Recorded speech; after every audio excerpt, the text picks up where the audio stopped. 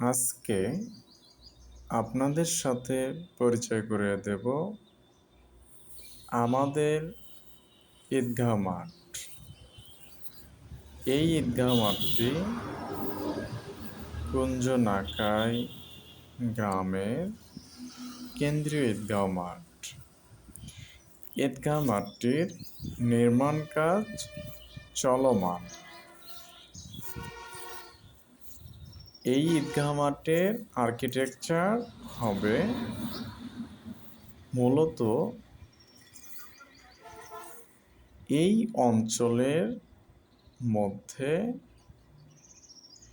আলাদা বা অন্যরকম। এলাকাবাসী সকলের সহযোগিতায় ঈদগাহ মাঠটির পুনর্নির্মাণ চলমান। ঈদগাহ মাঠটির অবস্থান